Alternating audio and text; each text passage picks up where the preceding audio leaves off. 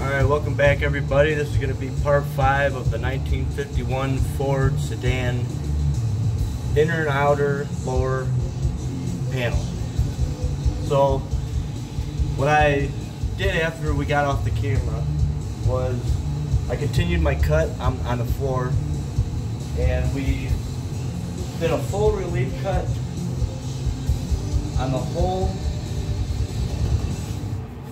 lower rocker here. We pounded it on the floor a little bit to get her nice and sunk where she wants to sit naturally. Got all the highs out, everything like that. Everything looks real nice and straight. So what I want to do now is I'm going to take the grinder and we're going to take a sanding disc here, and we're going to make everywhere where I'm about to weld, we're going to do tacks for now and clean the area up where I'm welding so it's good penetration. You know, you don't get any crud in your welds. You know, it's harder to weld when you get dirt and debris in the weld. It wants to spit a lot. It doesn't want to give you a good weld. So try to get the place where you're welding prepped as good as you can. So the whole objective, what I would like to do is we're going to get that welded up, do some tacks. I'm not going to finish it tonight, but we're going to try to get as much grinding as we can throughout that area. I don't want to just be grinding and welding and you guys just watching, because I'm sure that's kind of boring. There's one thing that I want to show you guys. I got the actuators in for the front clip here, so I want to show you guys a quick demonstration of an actuator going out and coming back in.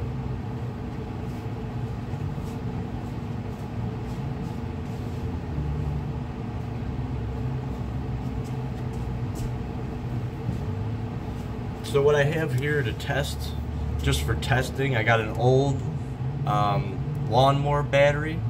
So we're gonna take this, I'm gonna place it on the door here. I got the door right here in case everybody's wondering where the door went. I got that here, so I'm gonna get that actuator. I'm gonna bring the actuator over here and I'm gonna do a demonstration. Here we go.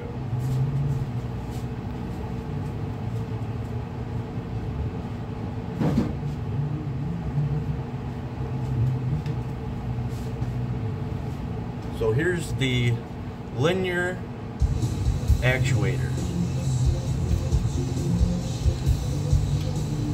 12 volt, comes out the length of this, which is approximately, I'd say a good 12 inches. So what I'm going to try to do is I'm going to try to connect this and show you guys it coming out and then it coming back in. So what I realized was I'm going to hold it like this and put the wires on the battery here, so you'll be able to see it coming out.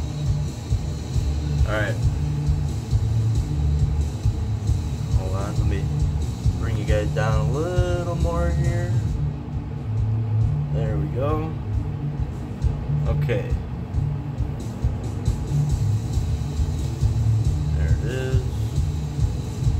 Put it to the positive here. Okay, ready? And here we go.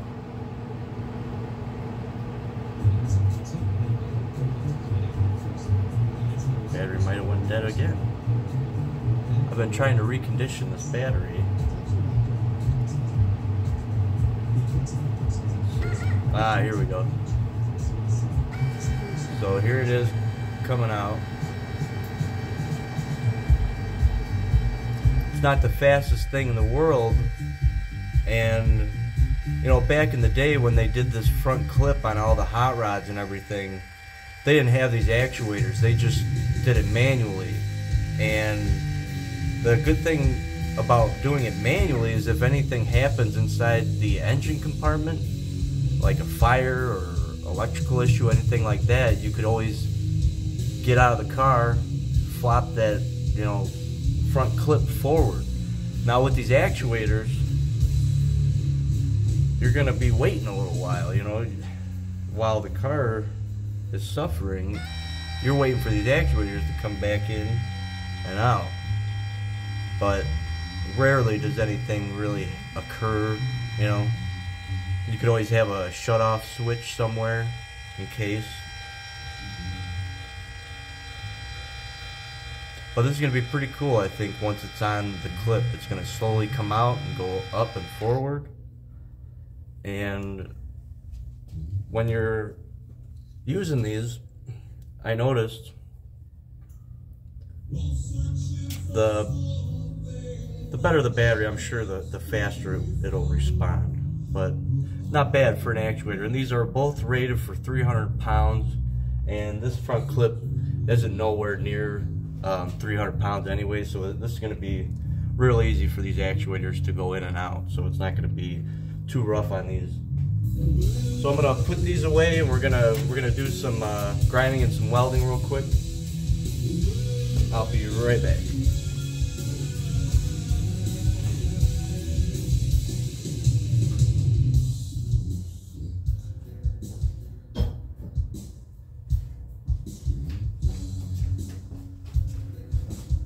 Alright, and with those actuators and everything, we're going to do that on another segment. So this whole thing right now is we're doing the door work, trying to get the passenger door back in line and looking better than ever.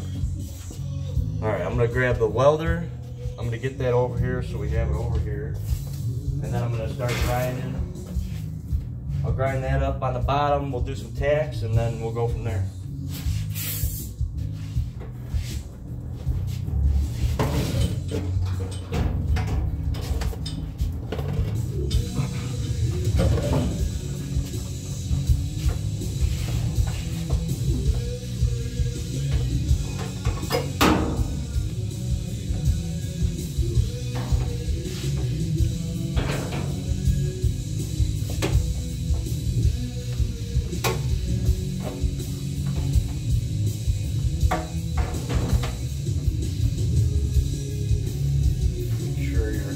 Make sure your nozzle's always clean, as much as it can be. Try to get any debris.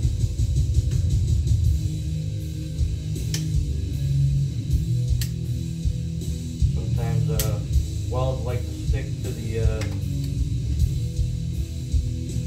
inner nozzle here, the tip. But most of the time you can get it off. You sand it up a little bit. It's all good.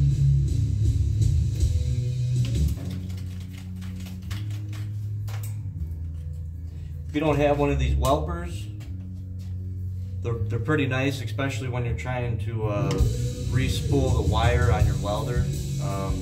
These will give it a nice crisp cut, so you don't have any burr hitting, you know, the inner.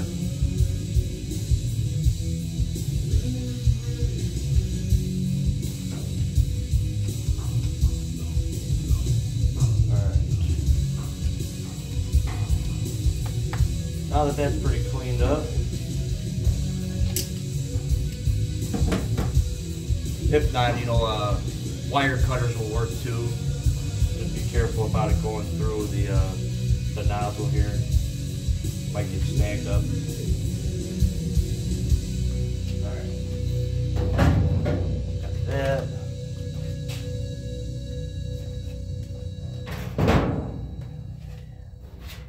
Gonna get the goggles on here.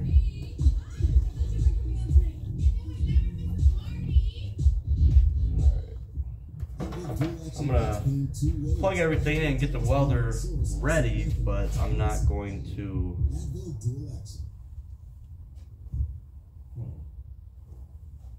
I'm not gonna turn it on and turn the bottle on yet until we're ready to weld.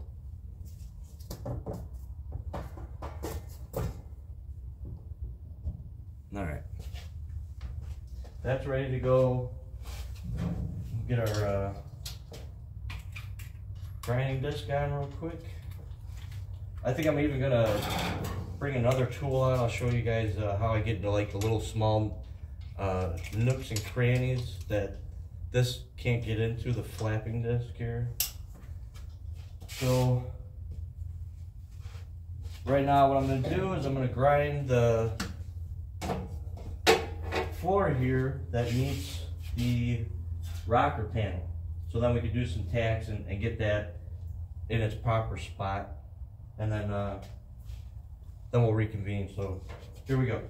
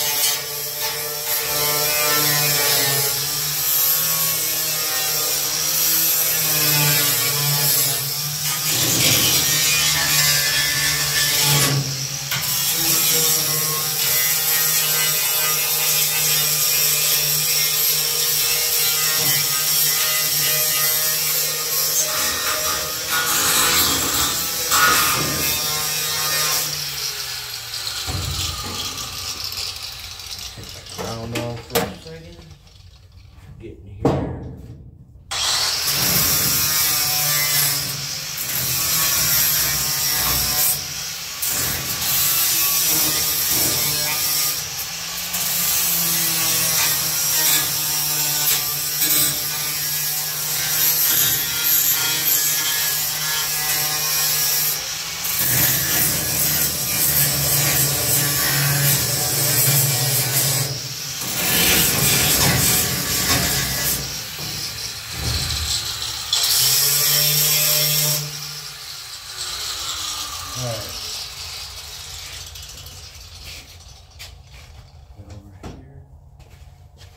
Now I'm going to grab another tool and I'll show you guys how I get into the small little area in the corners.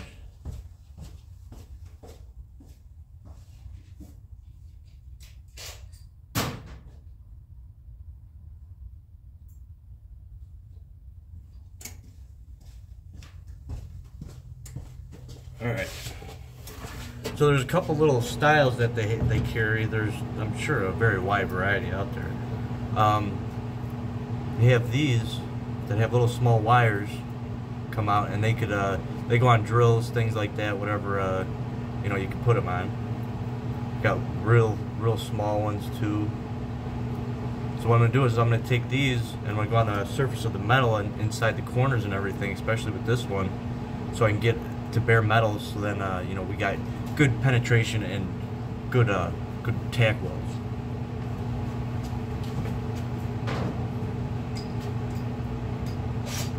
Start out with my smaller one. Get into the corners first, and then I'll do a couple bigger areas with the bigger one.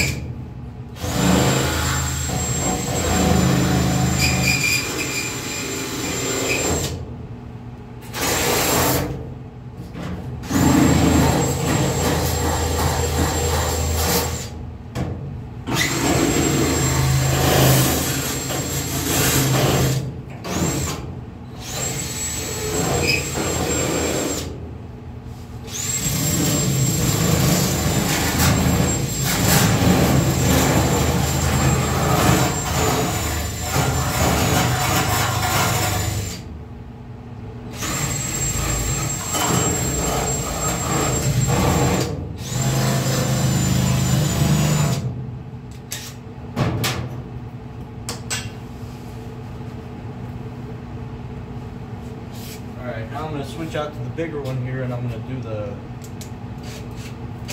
bigger flats.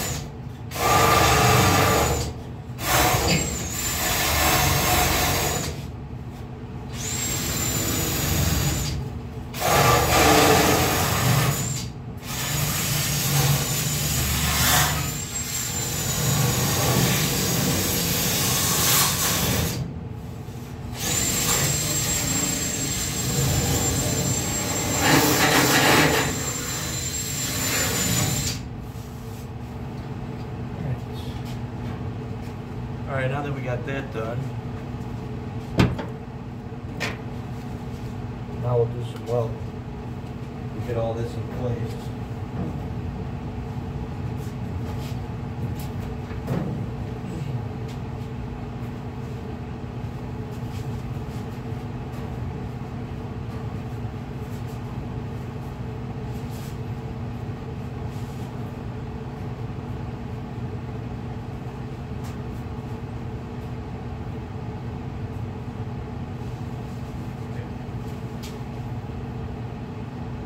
What I'm noticing is that about a little more towards the front of the car here, the floor wants to dip down a little too much.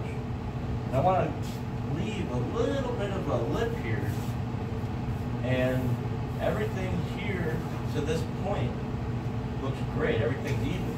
So what I'm going to do, I'm going to take my jack, I'm going to bring it underneath the car. I'm going to jack it up a little bit to give a little bit of pressure here that we need.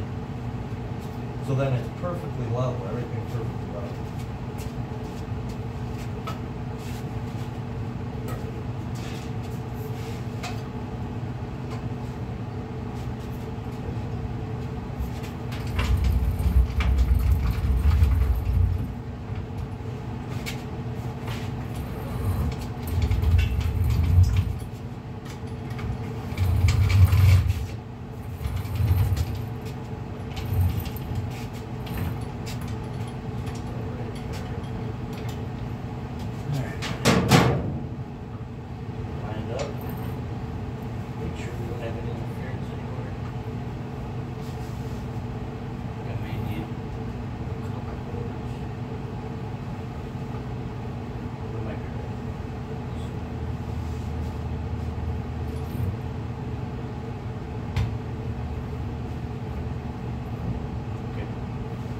Make contact.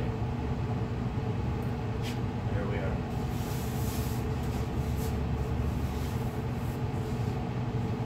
A little more forward. And we got it.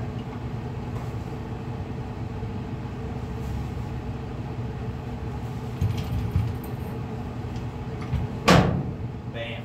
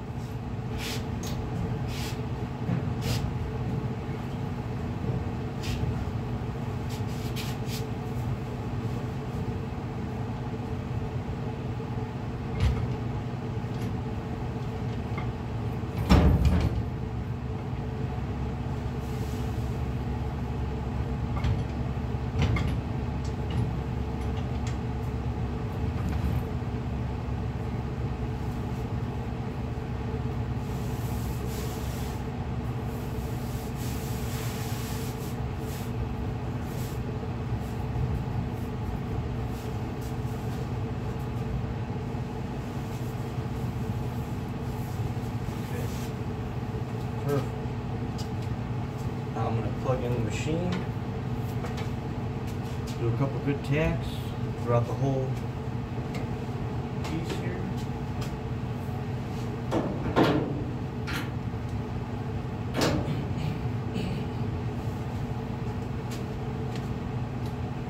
Open up the bottle.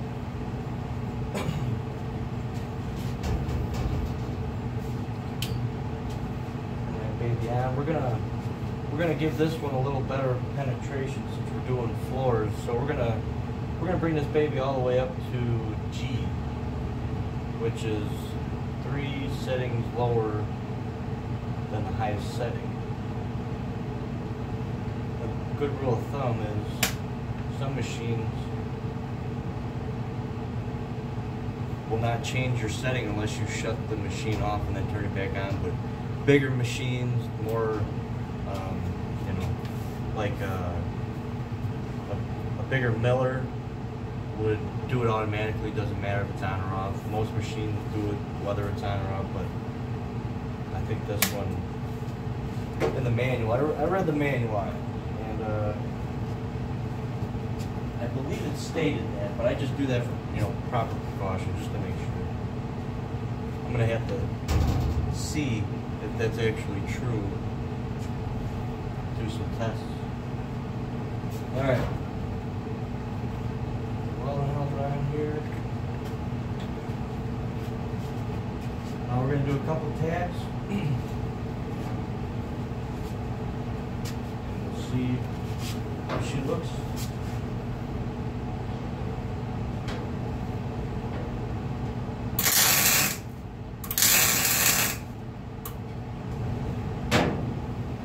Definitely tell that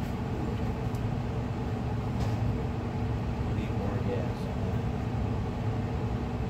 Okay, there we go.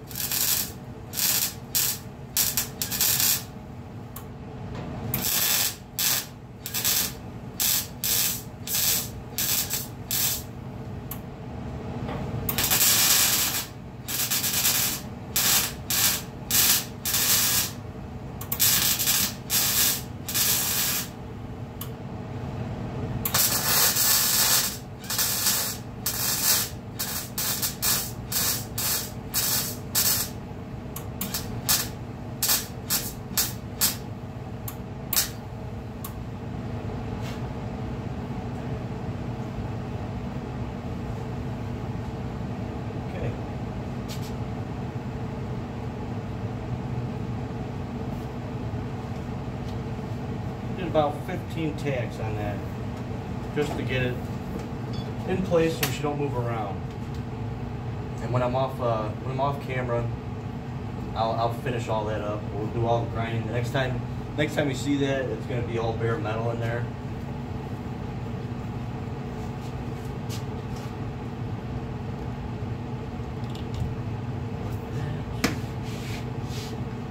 Good.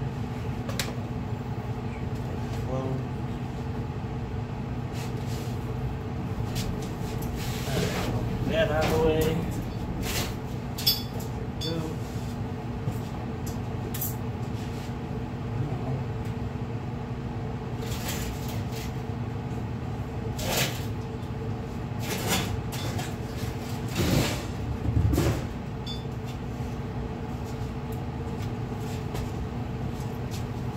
Since we still have our old keys, piece. I'm gonna finish ripping that off.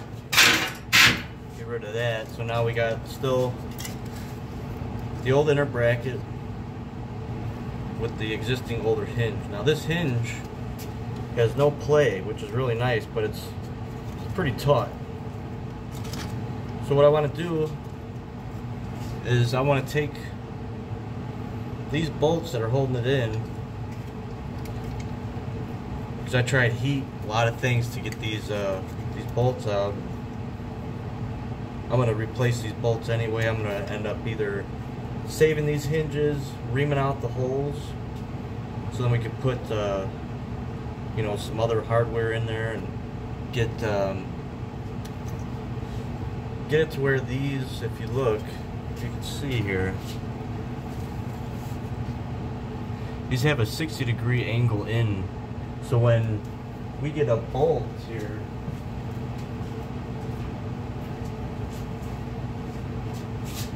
and we put it in place, so say, you know, you're putting your door on, you're putting your hinge and your hardware in your hinge to get your door set,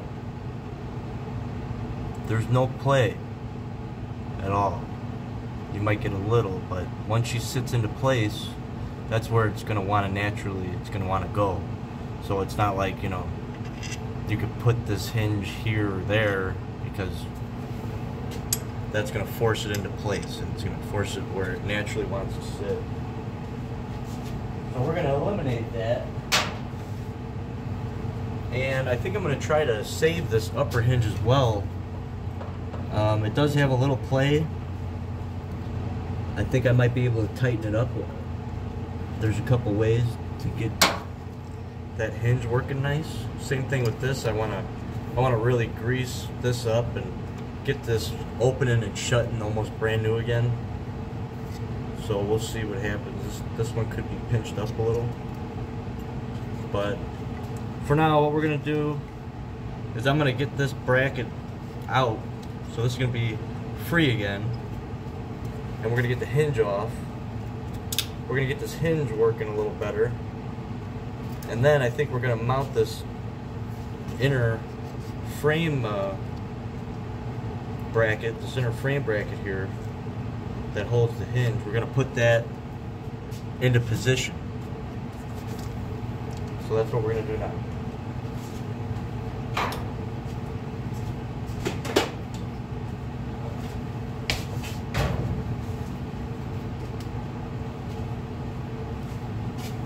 So plan of action here is I'm going to take my grinder and I'm going to use my cutoff wheel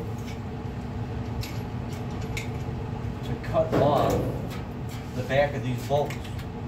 I'll do one and then I'll show you how I did it.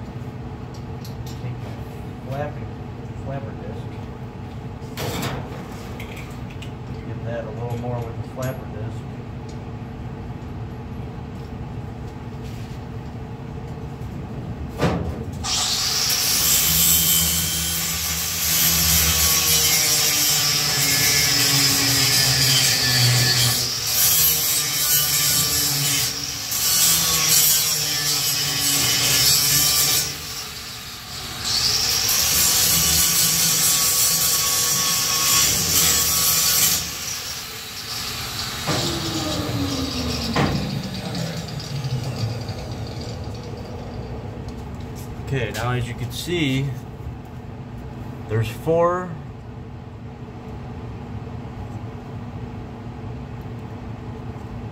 bolt holes, and I got rid of the back plate that's welded to the back of this inner frame structure to accept the bolts going through, so it'll tighten up within, because there's no way to get, you know, your hand in there once the door's sealed, other than through these little open areas in the door.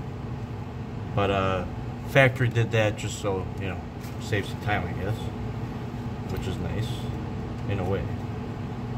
Alright, so we got this one pretty well grounded out. We got to get all 4, and then this will separate, because just doing one, it's not going to separate. So I'm going to continue doing this one, and this one. Then once I got that, this whole thing will want to come out, and then I'm going to clean this up. We might use it so far down and reuse this as a stiffener inside the framework. But we'll see. I'll get these out and then we'll go from there.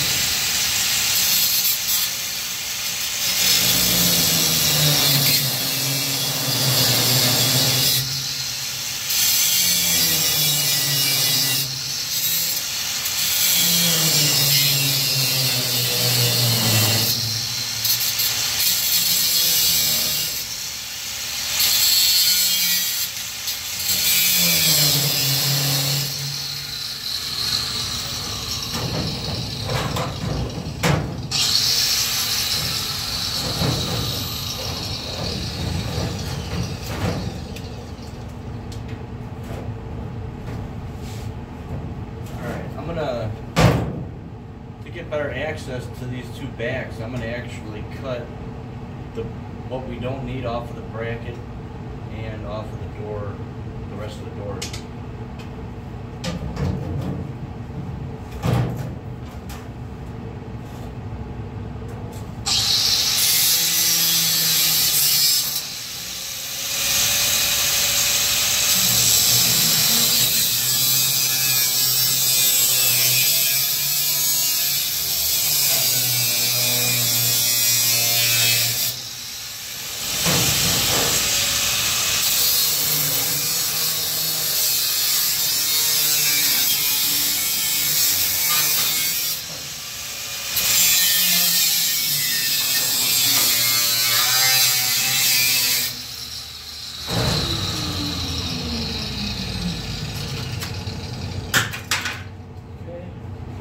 Now we get better access. I'm going to actually cut this off too. We'll get real good access to that.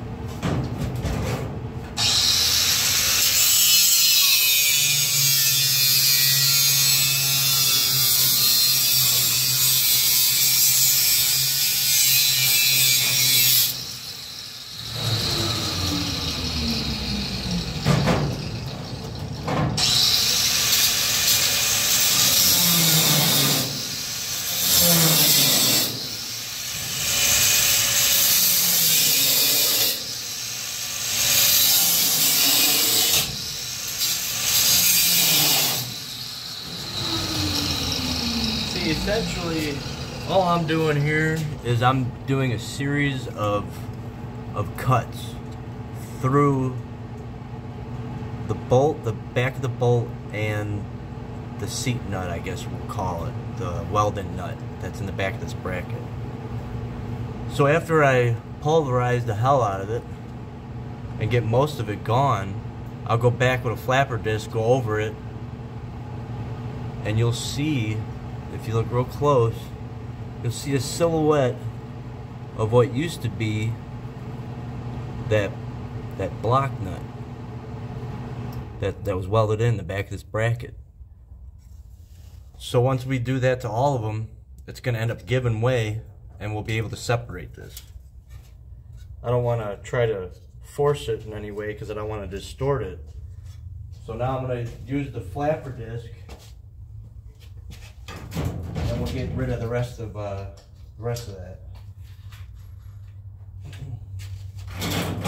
They even have big stone, like they'll have thicker thicknesses of these wheels, these cutting wheels,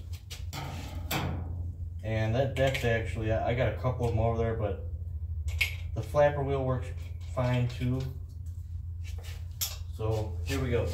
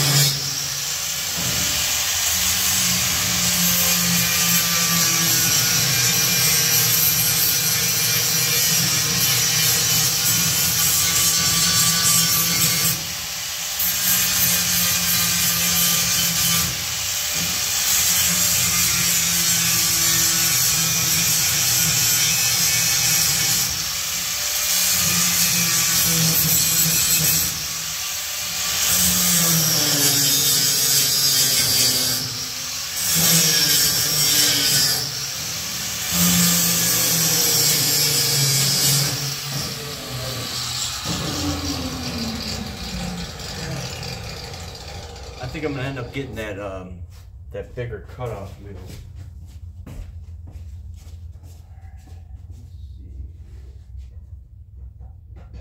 No. Bigger one.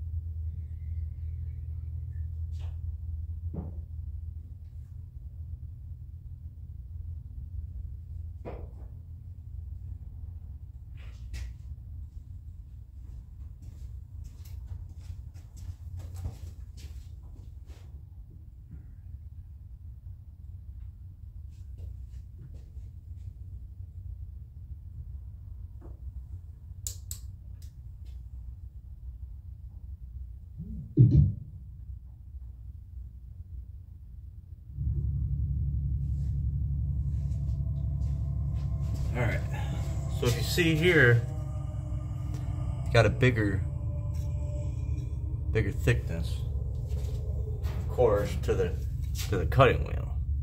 So, see. All right.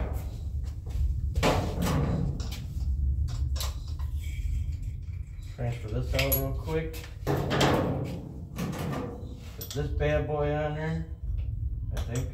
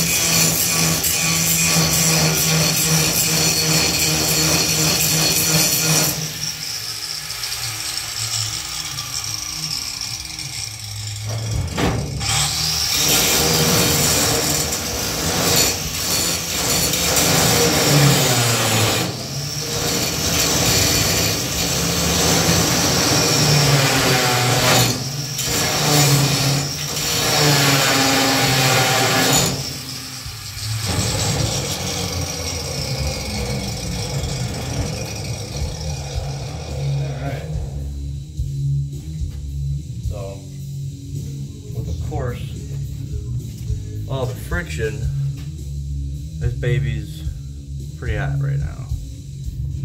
So, gotta be careful.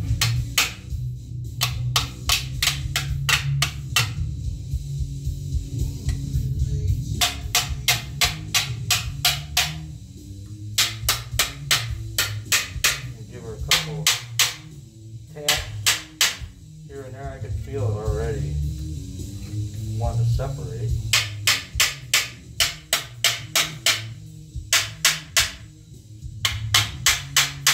The heat, I believe, is helping us too here. Which is that.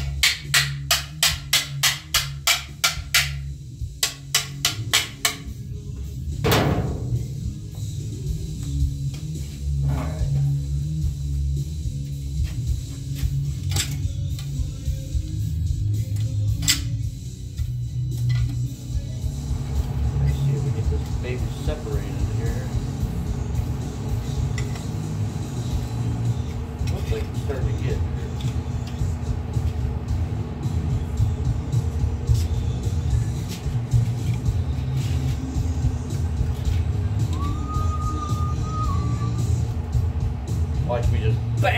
what the fuck?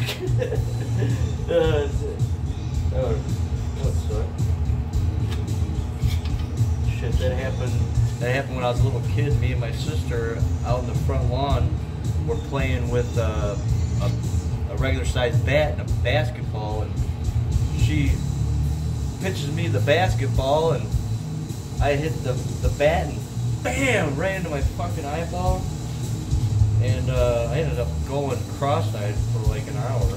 I was freaking out. No joke. Wasn't funny at the time, but now that I look back, that shit was hilarious.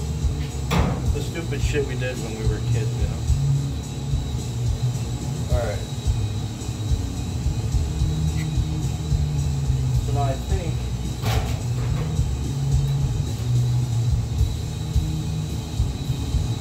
we're going to give this a little more, because she's almost wanting to give, but not yet. Make sure this ain't going nowhere. Alright, here we go.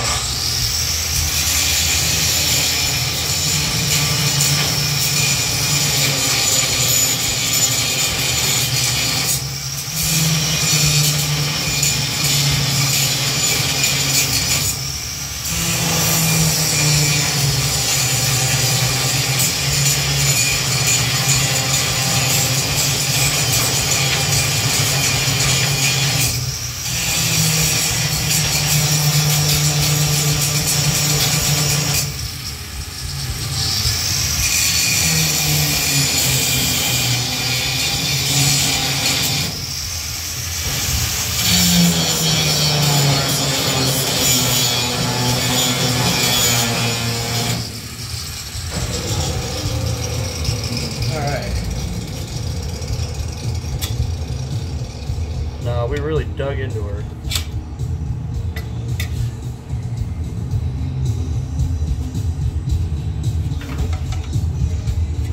There we go. Alright. See that? Now you can just grind that out. Make sure that it went somewhere where it's not gonna burn shit. Cause that baby was hot. No, we're good. Okay, now let's see if this hinge wants to separate now.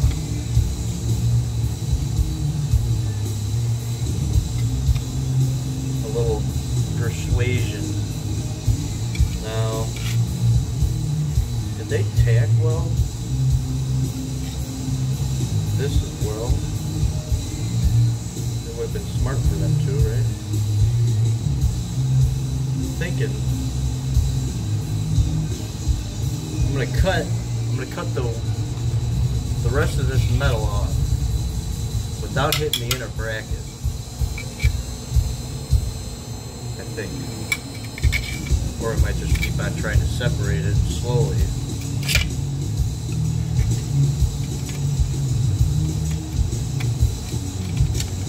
If it is tacked anywhere.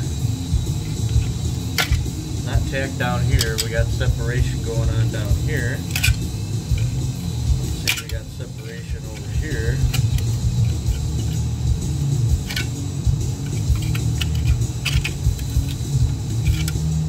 Yeah. I'm sure they tacked somewhere. It's pretty crusty in here.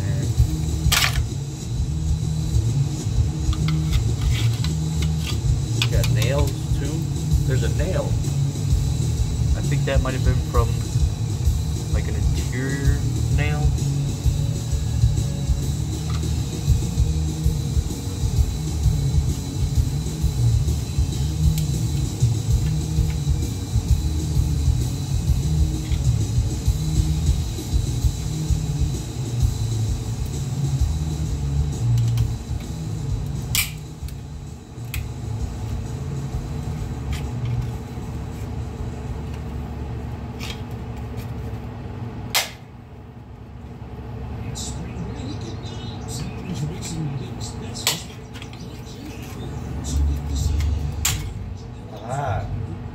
we have separation. And it looks like we have some tack welds on the bottom here. This is probably where they did a previous repair, because it doesn't look factory. Yeah, it looks random, but it might have been. You never know. Okay, now that we have our inner bracket,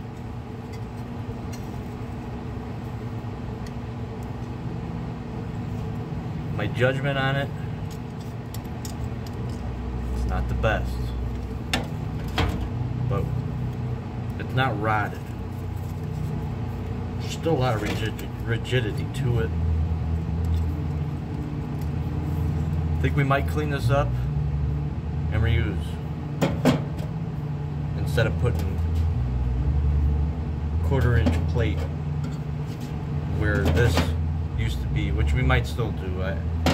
It's all up in the air. These are things that we really need to think about before it's too late. Gotta go with the best plan of action. Alright. Now I'm noticing with this is that now I gotta go in with the grinding wheel and grind off more. So that's what we're gonna do. I'm gonna switch out from this big stone. 1/4-inch stone there. I'm gonna go back. I'm gonna go to my flapper disc.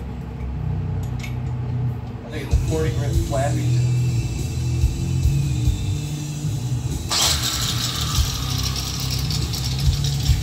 And we'll do some grinding. There we go. I'm going to get all this flush, and then it'll give way. As long as it's not tapped.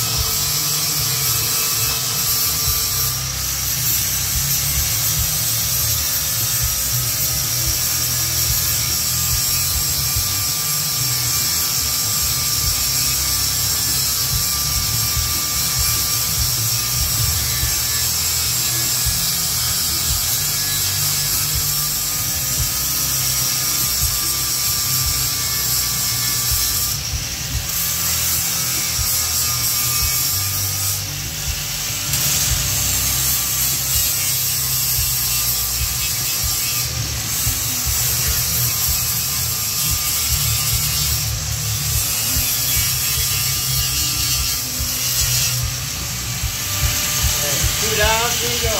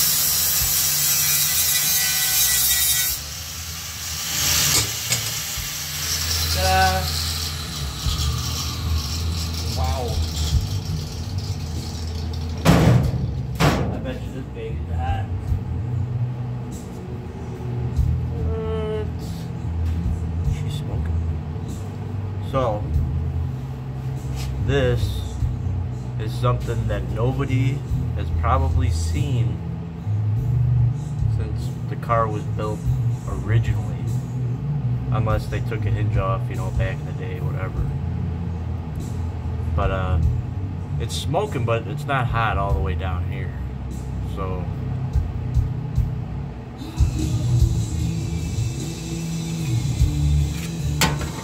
take a screwdriver.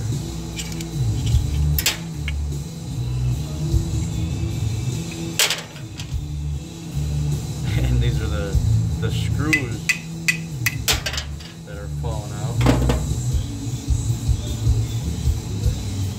Man.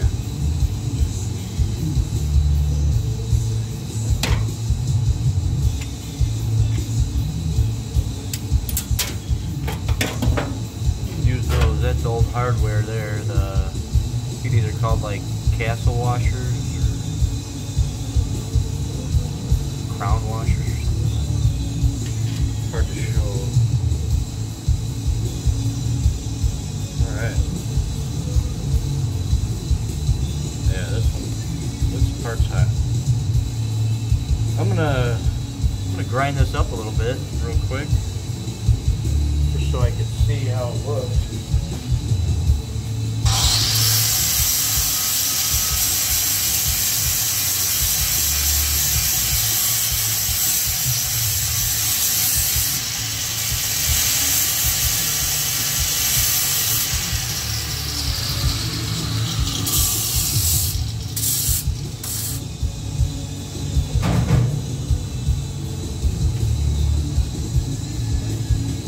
Okay, this is looking pretty good.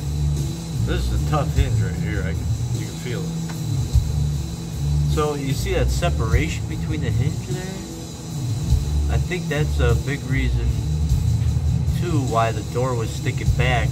You know, with that impact that it had, all the rust that occurred to it throughout the years. So I think I might give this like a WD-40 bath or a rust penetrative bath for like 24 to 48 hours, or maybe I'll get some, I forgot what acid they were using, but it corrodes all the stuff off of the metal, and I bet you that'll help it out.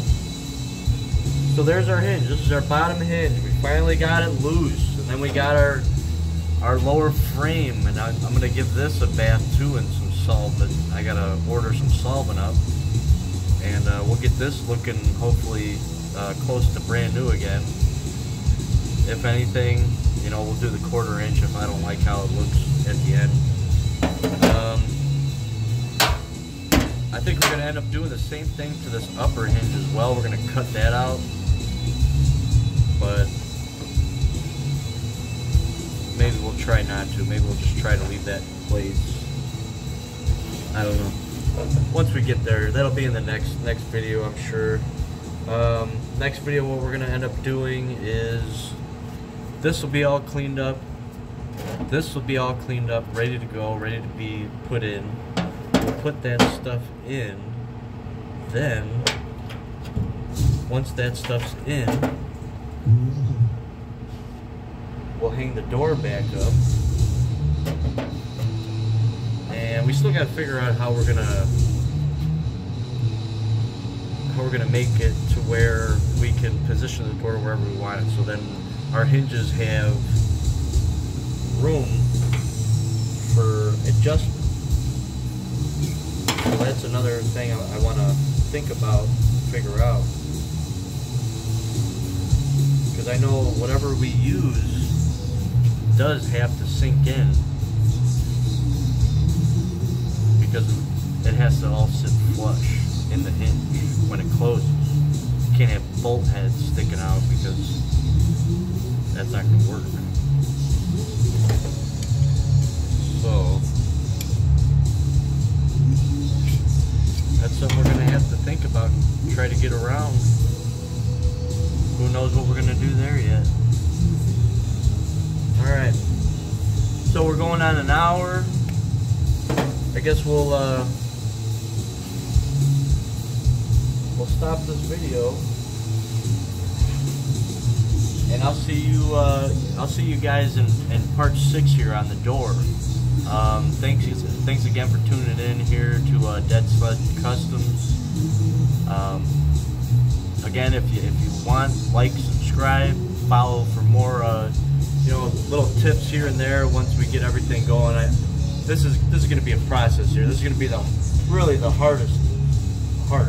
I have a feeling anything that opens and closes is going to take a while, and you want to do it right so it's nice and everything works nice. So plus you want to do it on a budget. You don't want to have to go buy aftermarket hinges, or I think getting a pair of these is like 60-70 bucks. I don't want to do that. I'd like to put the money into something else. So instead of buying hinges and this and that, we could take that money and we could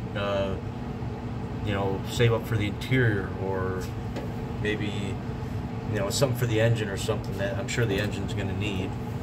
So with that being said, everybody have a good night. Be safe out there. This is Von Waynos saying see you in part 6. Have a good night, everybody.